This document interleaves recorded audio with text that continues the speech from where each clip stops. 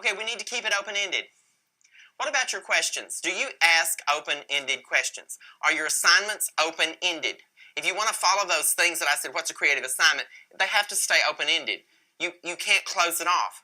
Our language, most of the time, as educators, closes off what it is that we want to do with our students. Example. I want to read it. Let's say, just for saying's sake, this is the assignment that I've been doing with my classroom for years. This is my assignment. I want you to design a new toothbrush. There we go. I've done this for years. This is a great assignment. The kids love it. Now, I want you to look at that assignment. It says, I want you to design a new toothbrush. Now, I'm going to tell you what I'm going to get as products. That appears open-ended, and it is somewhat open-ended, but really and truly, it's pretty closed off. Everybody is supposed to bring a toothbrush. That's it. We're going to add some modifications to what already exists. We may do some things. We may add floss on the end of it. We may add a pick to the end of it. We may make the bristles longer and hairier. It's going to be a modification. That's the most we can get out of that, is a modification, because the assignment says a toothbrush. And I even show you a picture of a toothbrush. Now, let's redefine that. Now, there are pictures up here simply to show you the pictures would not be on the assignment, but I'm showing you the pictures. The new way is design a new way of cleaning teeth. Okay, now that is now open-ended. A new way of cleaning teeth. Now, you notice I've got an apple. An apple may not be a new way of cleaning teeth, but it cleans your teeth. An apple does.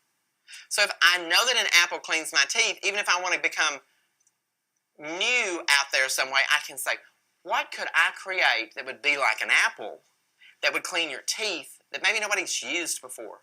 I could use a rubber ball. I bet if I bit into a rubber ball, well, you know, those big fat erasers at school are like a rubber ball. If I sat at school and just gnawed on my eraser, it would take all the plaque off my teeth. That would clean my teeth. Chewing gum. Gum cleans your teeth. It takes off some of the stuff. Now, yeah, if it's sugary, it puts it back on and all sorts of things. But what could I do to chewing gum that would make it... Well, wait, you know, if I chewed on a rubber band, it'd be like chewing on chewing gum. Probably if I just chewed on a rubber band, it's no calories, no sugar. And we'll make sanitary ones. You know, you just put them in a package. They're sanitized. Or you can just take a little bit of Germ-X and squirt it on there before you put it in your mouth and put it in there and chew on it, you know. Get all the germs off of the rubber band.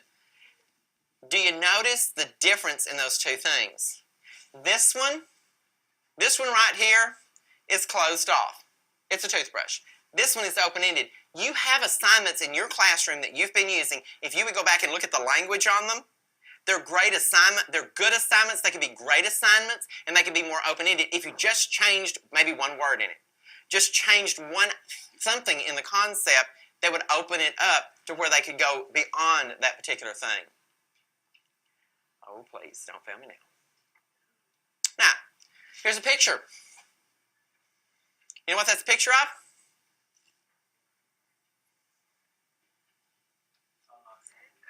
What? How not to mow your yard? Okay. There's what? Bare feet in the grass.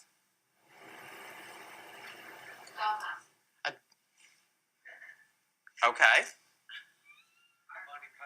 Okay, let me, how many, you see the feet, right?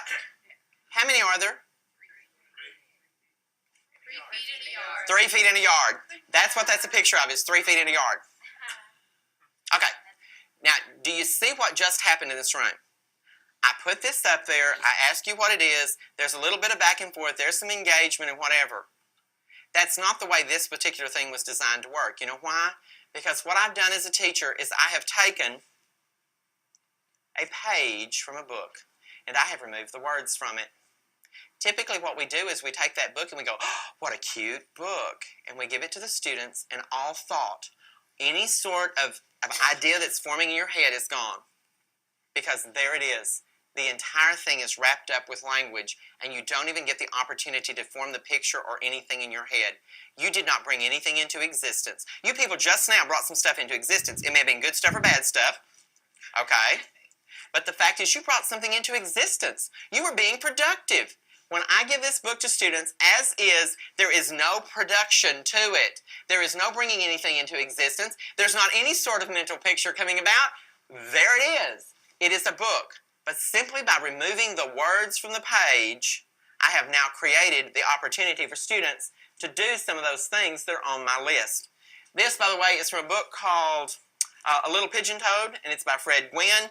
He also has A Chocolate Mousse for Dinner, and The King Who Reigned.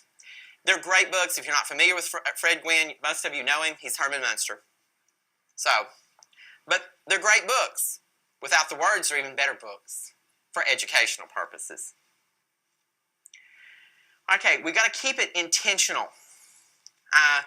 This right here says to cut this pie into 8 pieces using only 3 cuts. Now, many of you have seen this. But when you look at this, notice something about the language. The word is pieces, not slices. It does not matter about size. It doesn't matter about shape. The word is pieces is what it is. Now, if I'm going to give this to students, now let me just show you. This is the most obvious way to do this. There it is. There's the most obvious way, for those of you wondering. But if I'm giving it to students, the assignment would look like this. I would actually give them a page, and the page looks like this. There are 6 pies on it. And I would say, now I want you to cut it, and I would hand out the page, and it's got 6 of them on it. And about that quick, boom, she's got that answer that I just showed you. I now have the opportunity to go over there to her and say, do it again, please. And she goes, again? Yes, find another way.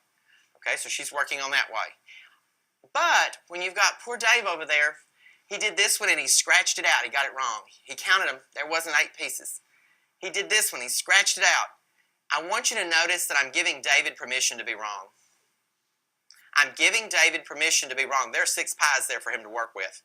Not 1, but 6. He has 6 times to work at that.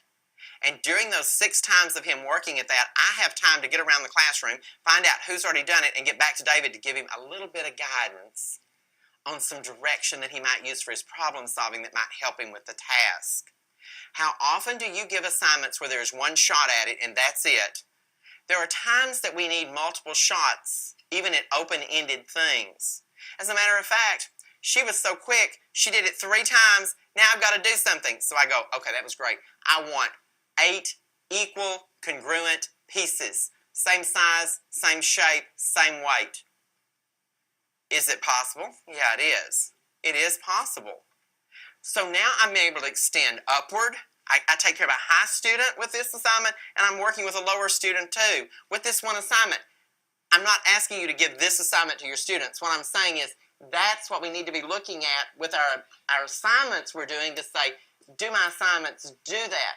Are there, and all of them can't be, but what can I do to make that happen so that I have those sorts of things going on? I want to validate my students on a personal level, and the only way I can do that is to give them assignments that will allow for that.